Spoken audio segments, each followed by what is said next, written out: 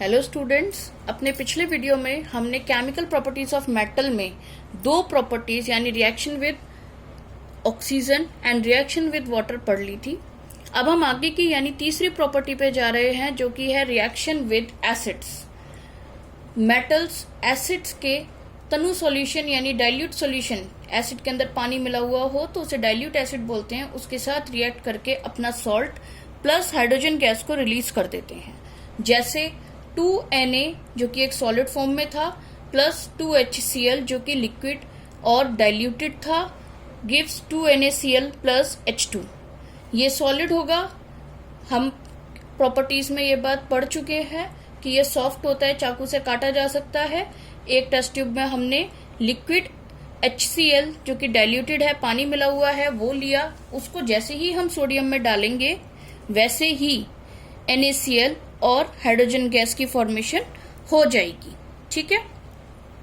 यहाँ पर reactivity series की बात करें तो हाइड्रोजन के ऊपर के जितने भी एलिमेंट्स होते हैं वो डाइल्यूट एसिड के साथ रिएक्ट करके अपना सॉल्ट बना लेते हैं। अगर यहाँ Mg होता तो यहाँ पर MgCl2 बन चुका होता, Al होता तो AlCl3 बन जाता।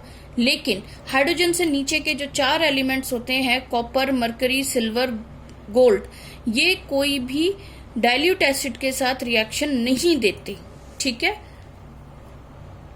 दूसरी ध्यान देने वाली बात रिएक्शन विद एसिड्स में ये है कि डाइल्यूट HNO3 के साथ मेटल्स रिएक्शन देते टाइम हाइड्रोजन गैस को बाहर नहीं निकालते। इसमें एक क्वेश्चन भी आपके सामने आ सकता है कि explain why hydrogen gas is not evolved with HNO3, या आप बताइए कि HNO3 के संग रिएक्शन धातुओं की रिएक्शन में हाइड्रोजन गैस क्यों बाहर नहीं निकलती। इसका कारण ये है कि नाइट्रिक एसिड या HNO3 खुद एक बहुत अच्छा ऑक्सीडाइजिंग एजेंट है, और जो भी हाइड्रोजन इस रिएक्शन में निकलती है, हाइड्रोजन निकलती है लेकिन इस रिएक्शन में जो भी हाइड्रोजन निकलती है ये उसे ऑक्सीडाइज करके, ऑक्सीडेशन का मतलब क्या होता है, उसमें ऑक्सीजन जोड़ देना, तो उसे पानी में कन्वर्ट कर देता है। H plus O2 gives 2H2O, यानी कि H2 रिलीज हुई थी, ऑक्सीजन इसने दे दी, HNO3 ने अपनी ऑक्सीजन दे दी और इसे पानी में ऑक्सीडाइज कर दिया। लेकिन दो एलिमेंट्स हैं, एक है Mg, दूसरा है Mn, manganese, magnesium and manganese. ये HNO3 के साथ रिएक्शन देते भी हैं और साथ में हाइड्रोजन रिलीज कराते भी हैं। रिएक्शन इस तरीके से चलती है, Mg solid plus 2HNO3 gives MgNO3 का होल ट्वाइस जो कि मैग्नीशियम नाइट्रेट है, प्लस हाइड्रोजन गैस जो कि इवॉल्व होके बाहर निकल जाती है।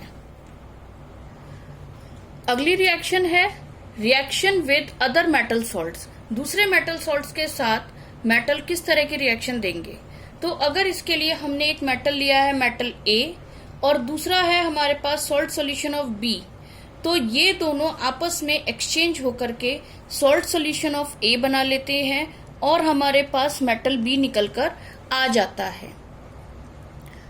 एग्जाम्पल देखें तो CuSO4 का सॉल्यूशन नीले रंग का होता है। इस नीले CuSO4 सॉल्यूशन में अगर हम आयरन डाल दें, लोहे की स्क्रैप्स, आयरन नेल्स, किसी भी चीज को डाल दें, तो धीरे धीरे ये आयरन इस कॉपर सल्फेट में से कॉपर को डिस्प्लेस करके खुद इसकी जगह बैठ जाता है और इस कॉपर को बाहर निकाल देता है और ये अपनी फ्री स्टेट में आ जाता है। ये रिएक्शन डिस्प्लेसमेंट रिएक्शन होती है जिसमें रिएक्टिविटी सीरीज के ऊपर वाले एलिमेंट्स अपने से नीचे वाले एलिमेंट्स को उनके सॉल्ट्स में से निकाल सकते हैं। जैसे आयरन कॉपर से ऊपर है तो आयरन कॉपर को उसके सॉल्ट में से निकालकर अपना सॉल्ट बना सकता है। लेकिन अगर यहाँ पर FeSO4 होता और हम उसमें कॉपर डालते तो यहाँ पर हमारे पास नो रिएक्शन होती, कोई भी रिएक्शन नहीं होती, क्योंकि कॉपर आयरन से लेस रिएक्टिव है तो वो आयरन को उसके सॉल्ट में से बाहर नहीं निकाल सकता। तो रिएक्टिविटी सीरीज हमें पता है, रिएक्टिविटी सीरीज में ऊपर जितने भी एलिमेंट्स हैं वो अपने नीचे मौजूद एलिमेंट्स को ही डिस्प्लेस करेंगे। तो ये reaction with other metal salts थी।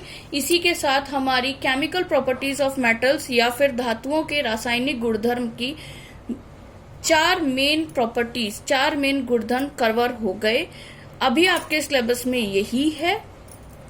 तो आप इन्हें देखें, समझें और याद करें।